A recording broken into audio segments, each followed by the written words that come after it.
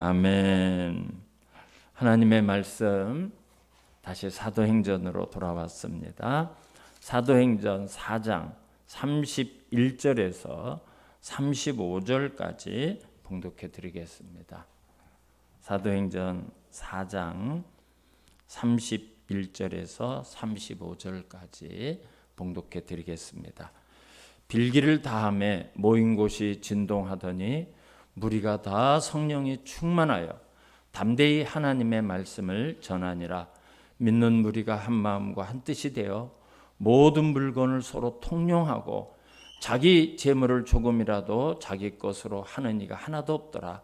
사도들이 큰 권능으로 주 예수의 부활을 증언하니 무리가 큰 은혜를 받아 그 중에 가난한 사람이 없으니 이는 밭과 집 있는 자가 팔아 그 판 것의 값을 가져다가 사도들의 발 앞에 두매 그들이 각 사람의 필요를 따라 나누어 줌이라. 아멘. 할렐루야. 다 건강하게 이렇게 뵈서 반갑습니다. 지난 주일까지의 내용을 기억하십니까? 베드로와 요한이 성전에 기도하러 가는 중에 장애인 한 명을 고쳐주죠. 그리고 그곳에 무슨 일인가 해서 몰려드는 사람들에게 예수 그리스도를 믿는 믿음 때문에 이런 기적이 일어났고 이 사람이 구원을 받게 됐다는 사실을 증거하다가 체포가 되었어요. 조사를 받았지만 죄가 있어야죠. 죄가 없어요. 그래서 협박을 당하고 석방된 내용을 살펴보았습니다. 이제 베드로와 요한이 자기들을 위해서 기도하는 성도들이 모인 그 예루살렘 교회에 가서 보고를 했어요. 그 보고를 들은 모든 성도들이 한 마음으로 하나님께 소리를 높여서 기도하기를 시작했습니다. 감사와 영광의 기도를 드린 거죠. 그 성도들의 그 간절한 기도를 하나님께서 받으셨어요. 들어주셨어요. 그 증거가 11절입니다. 11절 제가 다시 한번 읽어드릴게요. 빌기를 다함에 기도가 끝났다는 거죠. 빌기를 다함에 모인 곳이 진동하더니 무리가 다 성령이 충만하여 담대히 하나님의 말씀을 전하니라 그랬어요. 세 가지 현상이 일어났어요. 하나님의 응답으로. 첫째는 기도가 끝났더니 모인 곳이 막 진동했어요. 지진과 같은 현상이 일어난 거죠. 그리고 두 번째로는 무리가 다 성령이 충만했다 그랬어요. 모든 사람들이 다 우리에게 성령이 임하는구나. 저 사람들에게 나에게 하나님의 성령이 충만하게 임한다는 것을 알 수 있도록 성령께서 성령 충만함을 성도들에게 허락하여 주셨어요. 그리고 세 번째로는 담대히 하나님의 말씀을 전하기 시작했습니다. 여러분, 성도들에게 우리가 예수를 믿고 구원을 받을 때 성령님이 다 임해요. 성령 세례를 받는다고 그래요. 그런데 성령 세례는 성령 충만과 구분이 됩니다. 누구나 성령을 받으면 그 성령님이 영원히 떠나지 않습니다. 그러나 성령 충만은 우리가 간절한 기도와 그 성령을 사모함으로 반복적으로 일어나는 현상이에요. 그래서 이제 우리가 성령 충만함을 받기 위해서는 늘 기도에 힘써야 돼요. 제가 왜 말씀을 강조하고 기도를 강조하고 신앙을 유지해야 됩니다. 이걸 자꾸 말씀을 반복해서 드립니까? 여러분, 우리가 성령 충만해야 그리스도인답게 살 수가 있어요. 그리스도인답게. 지금 예루살렘 교회 성도들이 어떤 상황입니까? 야, 다시는 예수의 이름을 말하지 말고 가르치지도 마. 최후의 통첩, 협박을 받은 그런 상황이에요. 그런데 성령 충만함을 받은 성도들이 그 보고를 듣고 그 이야기를 듣고 어떻게 해요? 나가서 하나님의 말씀을 전하기 시작해요. 여러분, 이게 성령 충만함의 증거고요. 성령 충만함의 결과라는 것을 아셔야 돼요. 그런데 이렇게 성도들이 모여서 기도하는 현장이 진동했다. 이것은 단순히 하나님이 그 기도를 들어주셨다. 거기서 그치지 않습니다. 구약과 신약 시대를 막론하고 하나님께서 임재하셨다는 것을 보여주시는 상징인데요. 오늘 보니까 거기 막 진동이 일어났어요. 그런데 하나님께서 임재하실 때 땅이 진동하면서 강림하시고 임재하시는 그런 경우는 기독교 역사적으로 매우 중요한 의미를 가지고 있는 경우에 이런 현상이 일어나는 거예요. 구약의 한 예를 들어보면 출애굽기 19장 18절, 모세가 시내산에 올라간 상황이에요. 출애굽기 19장 18절 말씀을 보면 시내산의 연기가 자욱하니 여호와께서 불 가운데서 거기 강림하심이라. 그 연기가 옹기가마 연기같이 떠오르고 온 산이 크게 진동하여 하며 그랬어요. 그 시내산이 막 크게 진동했다고 성경이 말하고 있어요. 여러분, 하나님께서 모세를 시내산으로 부르셨는데 그곳에 하나님께서 강림하셨어요. 그런데 어떤 현상이 일어나죠? 그 시내산이 크게 진동했다 그랬어요. 그때 하나님께서 시내산에 강림하셔서 말씀하신 내용이 바로 모든 율법을 주세요. 십계명을 주시고 제사 드리는 방법의 율법을 주시고 어떻게 살아야 될 것인가, 그런 율법을 그곳에서 주셔요. 이때부터 이제 하나님의 백성들은 율법 시대가 시작된 거예요. 율법에 의해서 살아가고 율법을 통해서 구원을 받습니다. 율법 시대가 시작이 된 거예요. 그리고 이제 신약의 사도행전에 와서 오늘 초대교회 성도들이 모여서 기도하는 이곳에 모인 곳이 진동하면서 성령이 임재하셨습니다. 그랬더니 사람들이 담대히 하나님의 말씀을 전하기 시작했습니다. 여러분, 지금까지 유대인들이 붙들고 유대인들이 생명처럼 붙들고 살았던 그 율법, 그들의 전통, 그들의 관습, 모든 제도는 이제 역사의 뒤로 사라지고 퇴장을 하고 이제 새로운 공동체, 성령이 역사하는 성령의 시대, 하나님의 은혜로 구원을 받는 새로운 신약교회가 본격적으로 시작이 되는 겁니다. 그러니까 성령이 임하면서 강력한 성령의 진동이 역사가 있었다는 것은 이제 신약교회가 탄생되는 것을 알려주는 그런 현상입니다. 하나님은 언제나 역사의 물줄기를 바꾸려고 하실 때 이런 과정을 겪게 하셔요. 이런 흔들은 역사의 과정을 통해서 그것이 무너지게 하시고 사라지게 하시고 새로운 질서와 역사를 세우시는 거죠.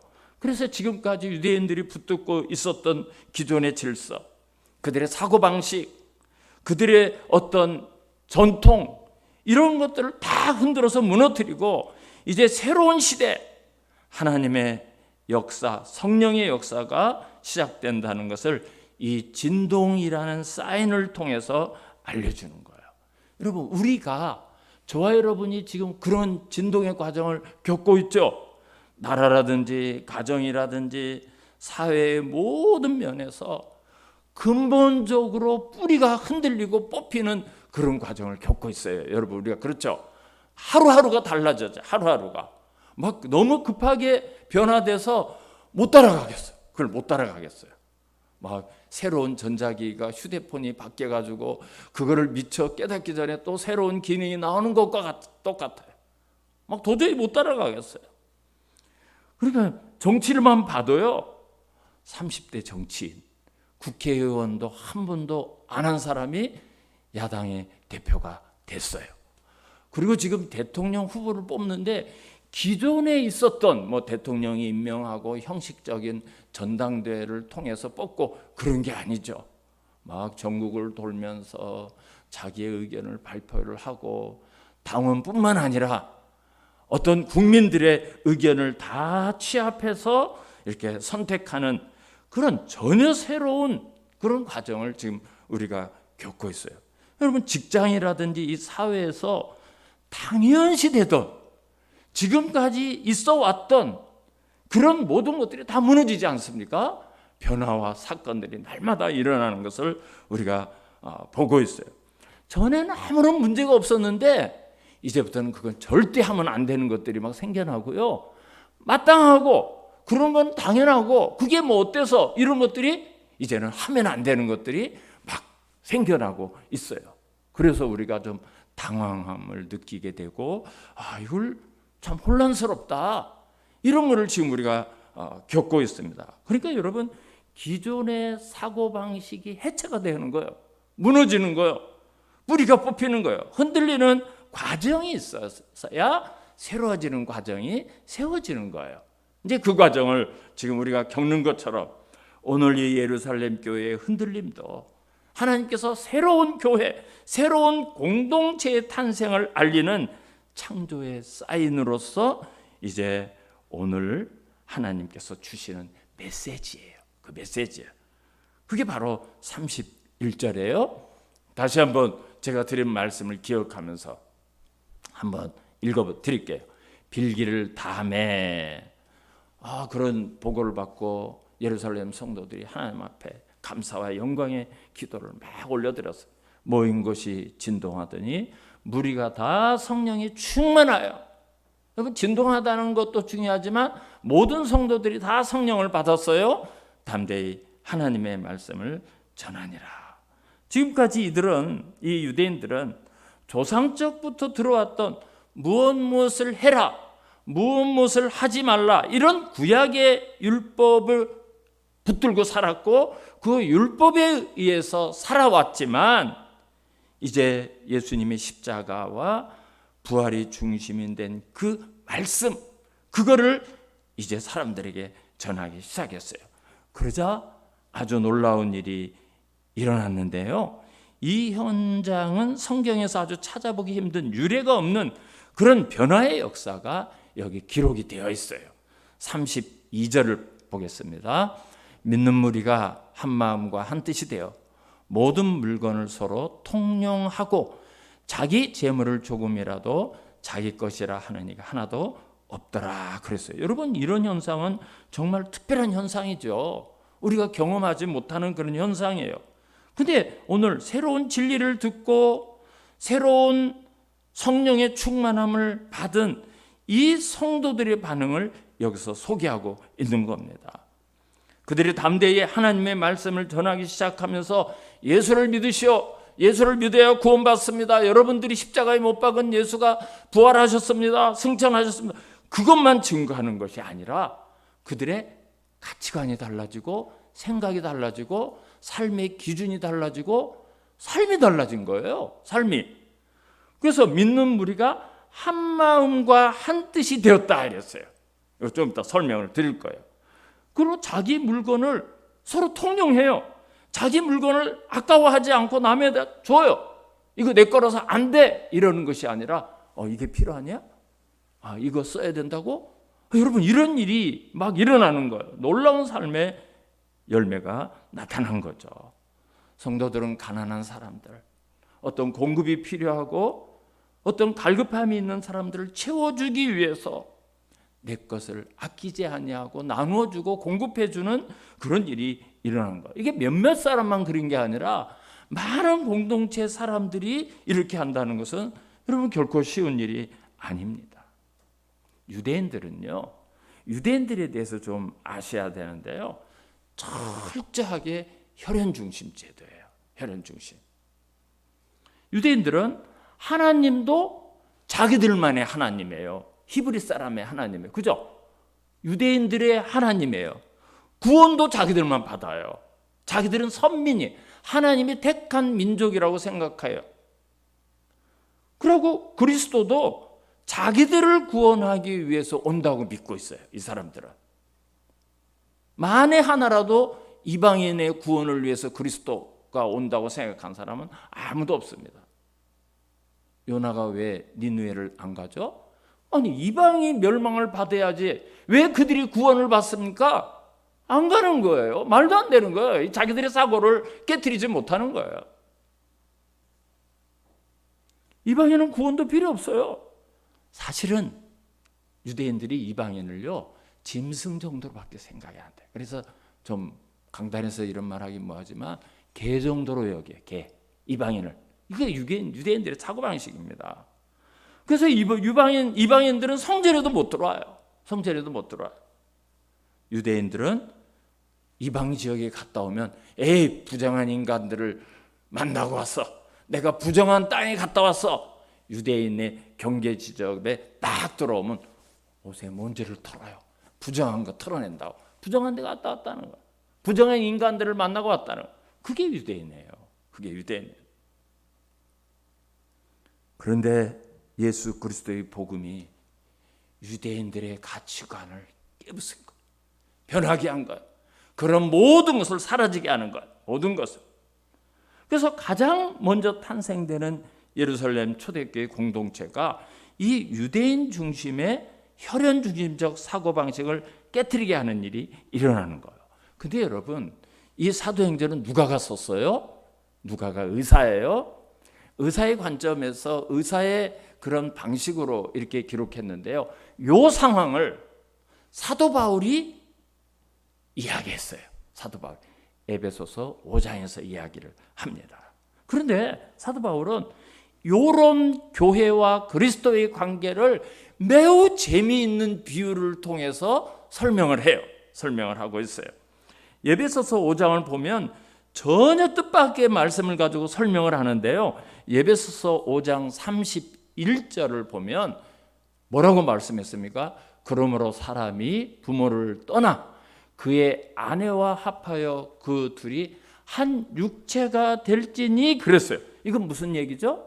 결혼 이야기예요. 결혼이 이렇다는 거예요. 결혼이. 이러므로 사람이 부모를 떠나서 그의 아내와 합하여 그 둘이 한 육체가 될지니 그랬습니다. 그러니까 결혼은 남자가 여자가 지금까지 자기 부모와 살았지만 그 혈연 관계에서 가족이라는 관계를 살아가지고 지금까지 왔지만 전혀 남남의 사람들이 아버지와 어머니와 가족을 떠나서 부부가 돼요. 하나가 돼요. 지금까지 어떤 사람들과의 관계보다도 더 밀접하고 더 아름답고 사랑하는 관계로 하나가 돼요. 그죠? 결혼은 그렇죠. 전혀 모르던 남자였는데 전혀 모르는 여자였는데 제일 가까운 사이가 무촌이 돼. 무촌이 돼. 여러분, 이것이 하나님이 계획하신 인간의 신비함입니다. 근데 오늘 사도 바울이 에베소서 5장에서 이 결혼 이야기는 바울의 생각이 아니에요. 바울이 은혜를 받아보니까 이렇구나 한 게 아니에요. 바울이 그런 게 아니에요.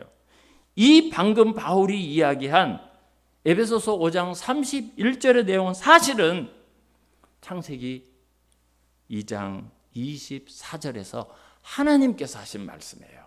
하나님이 아담과 하와를 지으셨어요. 그리고 그 둘이 부부가 되게 하시면서 뭐라고 말씀하시는가 하면 이러므로 남자가 부모를 떠나 그의 아내와 합하여 둘이 한 몸이 이룰지니라 그랬어요. 그러니까 사도 바울은 자기 생각을 얘기한 것이 아니라 하나님께서 창세기 2장에서 하신 말씀을 그대로 이야기를 한 거예요. 그런데 아담과 하와가 부모가 있습니까? 부모가 없죠. 그죠? 하나님이 창조를 했어요. 그런데 하나님이 아담과 하와를 지으시고 그 둘이 부부가 돼서 살게 하시면서 남자가 부모를 떠나 그의 아내와 합하여 둘이 한 몸을 이룰지로다. 그래서 이것은 하나님께서 앞으로 모든 인간들이 이런 결혼이라는 제도를 통해서 한 가족을 이루고 결혼하게 될 것이라는 것을 말씀해 주신 거예요. 그래서 사도 바울이 결혼 이야기를 하면서 창세기 말씀을 그대로 인용을 했어요. 그런데 에베소서 5장 그 다음 절을 보면 우리가 깜짝 놀라길 수밖에 없어요. 그 다음 절 5장 32절을 보면 이 비밀이 크도다 그랬어요. 이 비밀이 크도다. 이 비밀이 크다. 이 비밀이 크다. 이 비밀이 도대체 뭐길래 그렇게 크다고 얘기할까? 여기에 무슨 비밀이 담아져 있을까? 여러분, 여기에 비밀이라고 한 것은 두 가지의 의미가 있어요.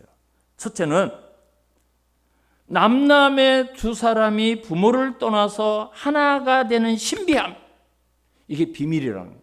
이게 놀라운 비밀이라는 거예요. 그게 창세기 2장 24절에서 하나님이 말씀하신 이 결혼의 신비함이에요.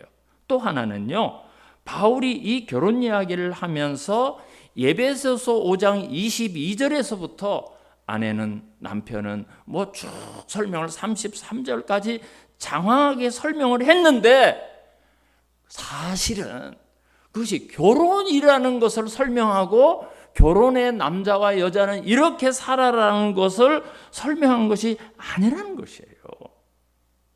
32절 다시 한번 읽어드릴게요. 그럼 그게 뭔가?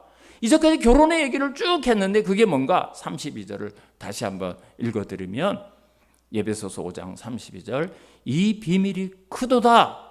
나는 그리스도와 교회에 대해서 말하노라 그랬어요. 그러니까 사도 바울이 지금까지 22절부터 33절까지 교회는, 남편은, 결혼은, 아내는, 가정은 뭐 쭉 설명한 것이 사실은 예수 그리스도와 우리들과의 관계, 그리고 교회가 무엇인가에 대해서 말한 비밀이라는 거예요. 그게 바로 비밀, 하나님의 계시라는 겁니다. 비밀이 하나님께서 그런 계시를 주셨다는 거예요. 여러분, 우리가 예수님과 어떤 관계가 있습니까? 뭐 성이 예시라는 분이 계실지 모르지만 그렇다고 해서 예수님과 한 성을 가진 그런 어떤 혈족 관계입니까? 아니에요. 그분은 하나님이시고 우리는 그의 피조물이에요. 가족이 될 수가 없는 존재입니다.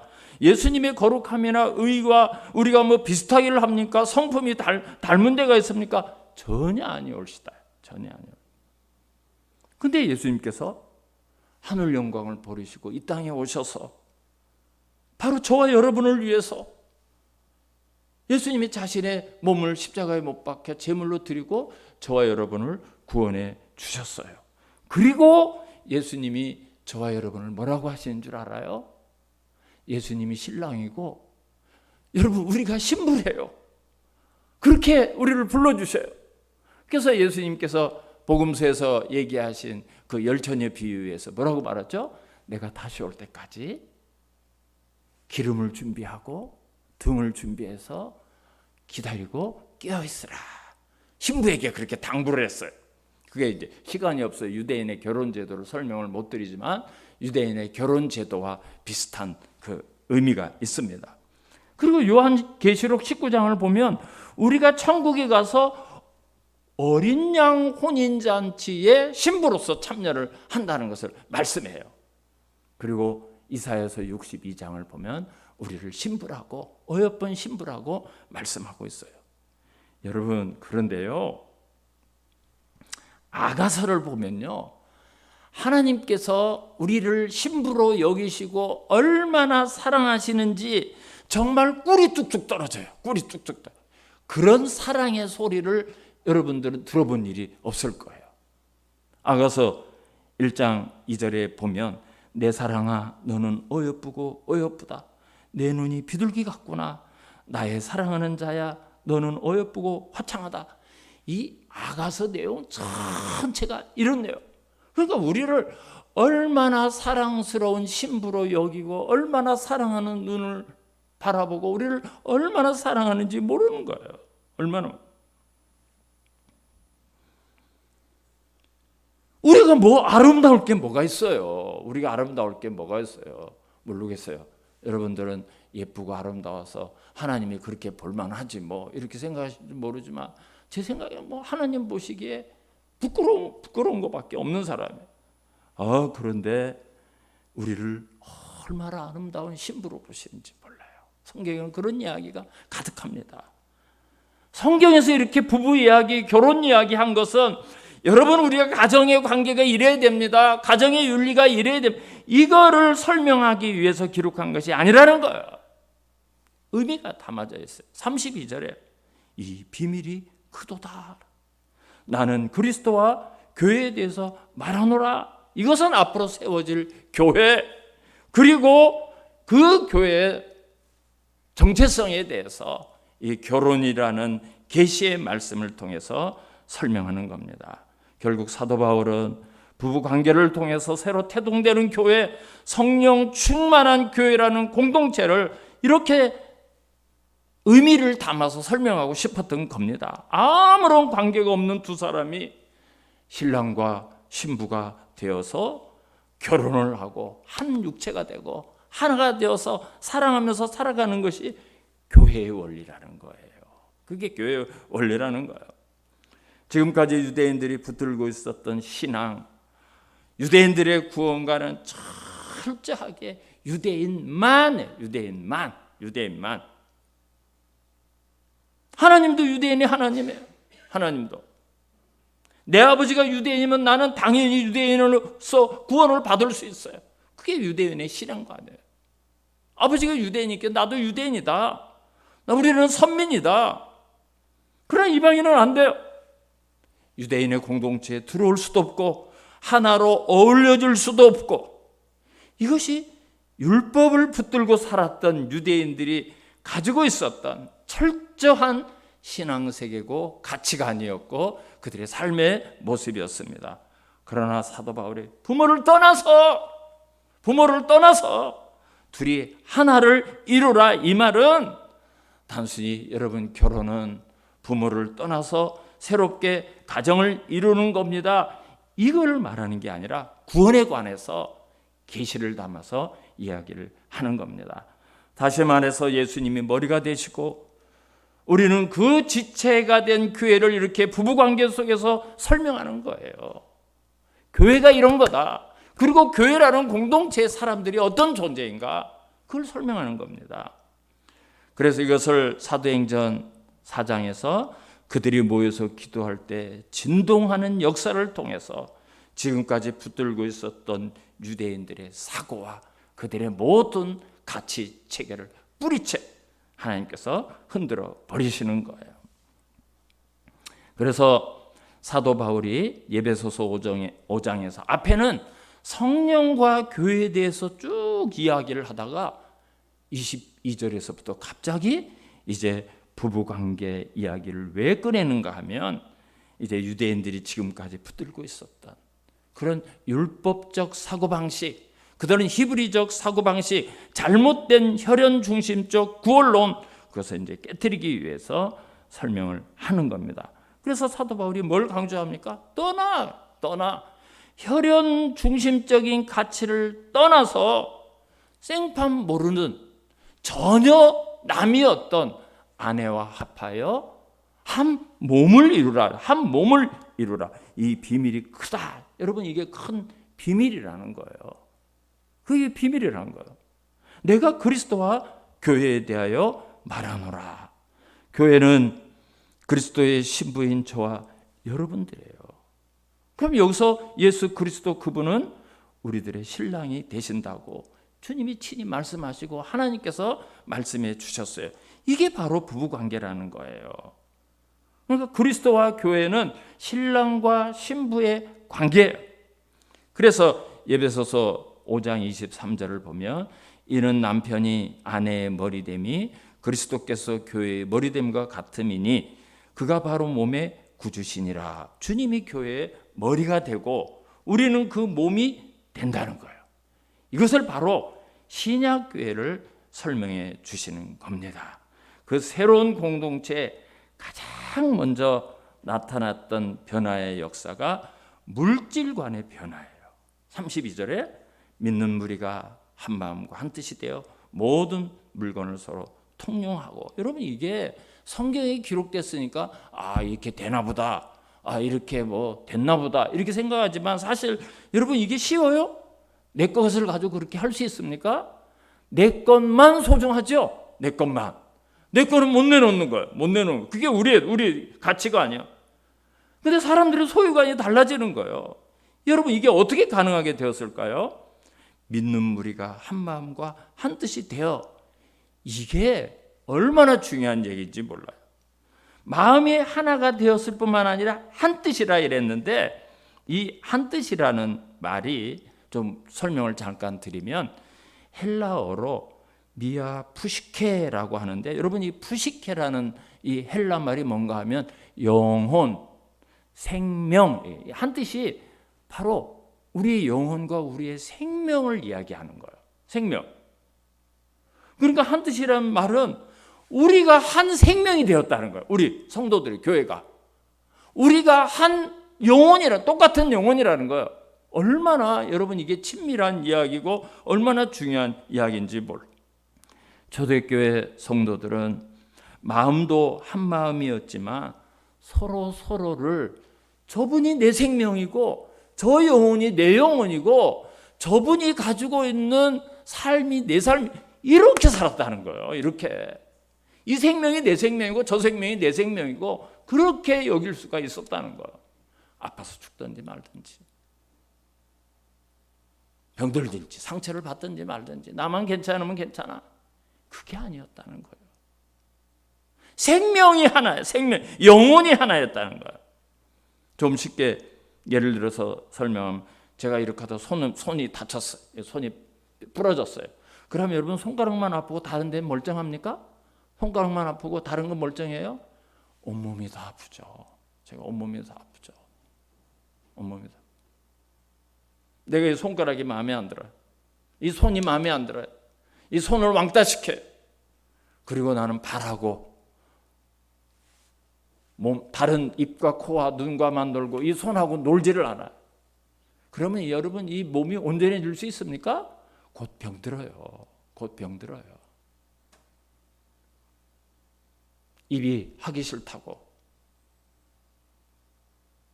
아무것도 안 먹기 시작을 하면 입만 안 먹어지는 겁니까?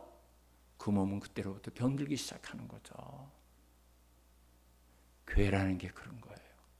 예수님이 머리가 되고 우리는 그 지체래. 손이고 발이고 눈이고 코고 입이고, 어떤 것 하나를 소홀히 해서는 안 된다는 거예요. 어떤 것 하나를 소홀히 해서는 안 된다는 거예요.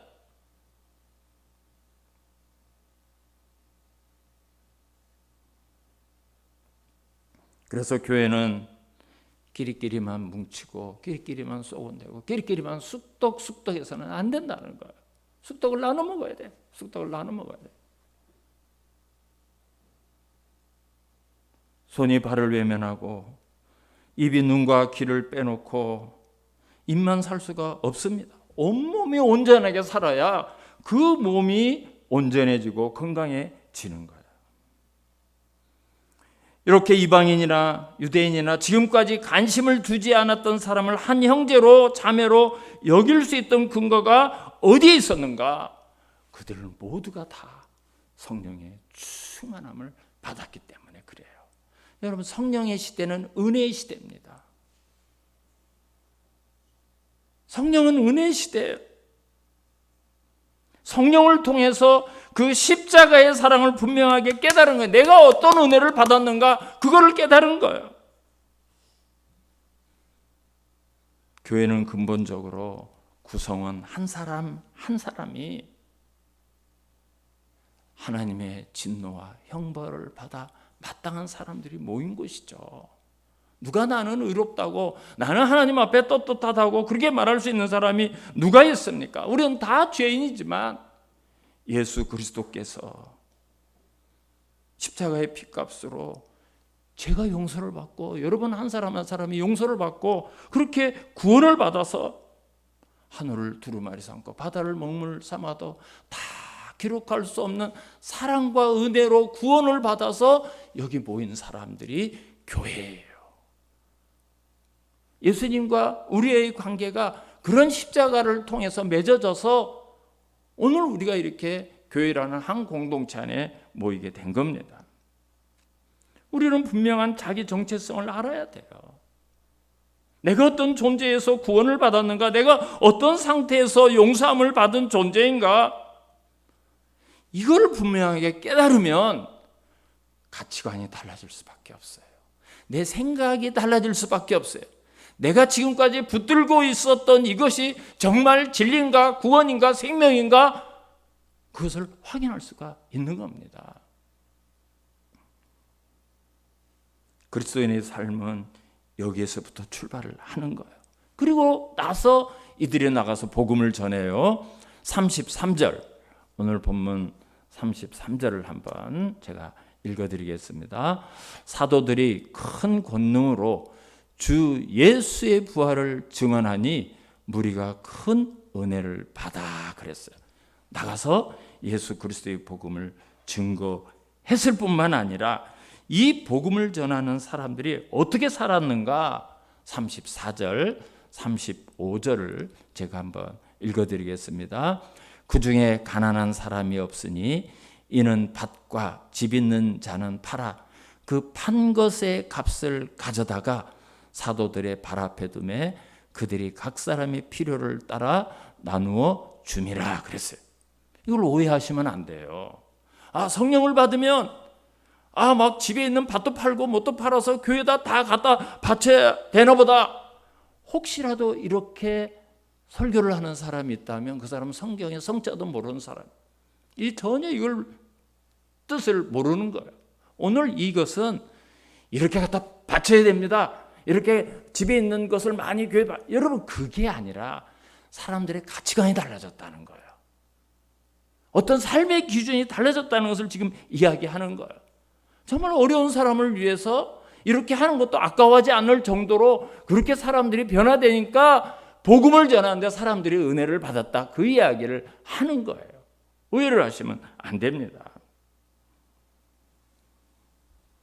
사랑하는 성도 여러분, 저와 여러분들의 의식 속에 다시 한번 예수 그리스도의 십자가를 기초로 한 이 교회가 뭔가 그걸 한번 다시 새롭게 인식을 해야 되고요.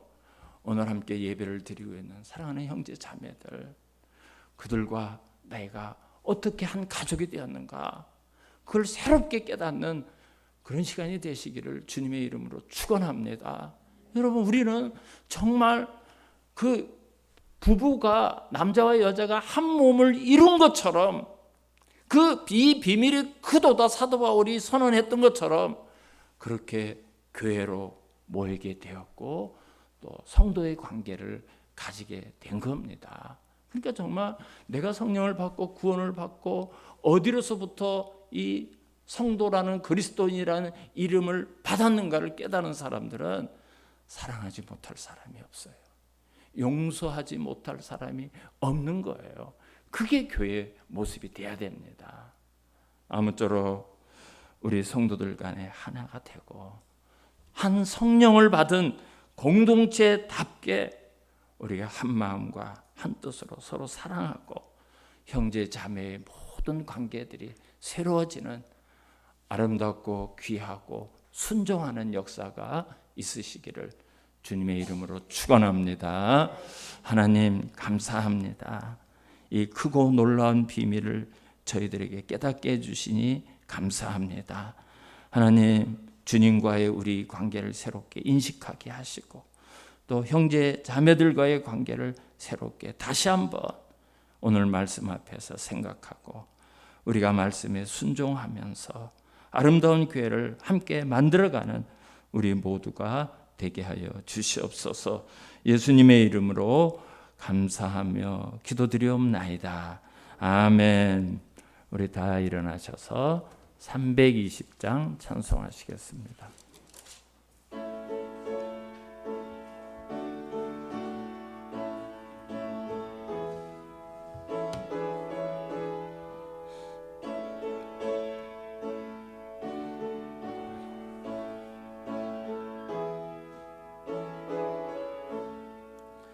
나의 죄를 정케 하사 주의 일꾼 삼으신 구세주의 넓은 사랑 항상 찬송합니다. 나를 일꾼 삼으신 주 크신 능력 주시고 언제든지 주 뜻대로 사용하여 주소서.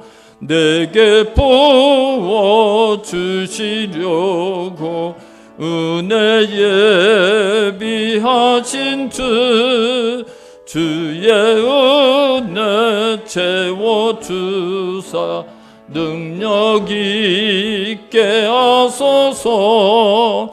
나를 일꾼 삼으신 주 크신 능력 주시고 언제든지 주 뜻대로 사용하여 주소서. 내게 짐을 풀어주신 주의 능력 크도다.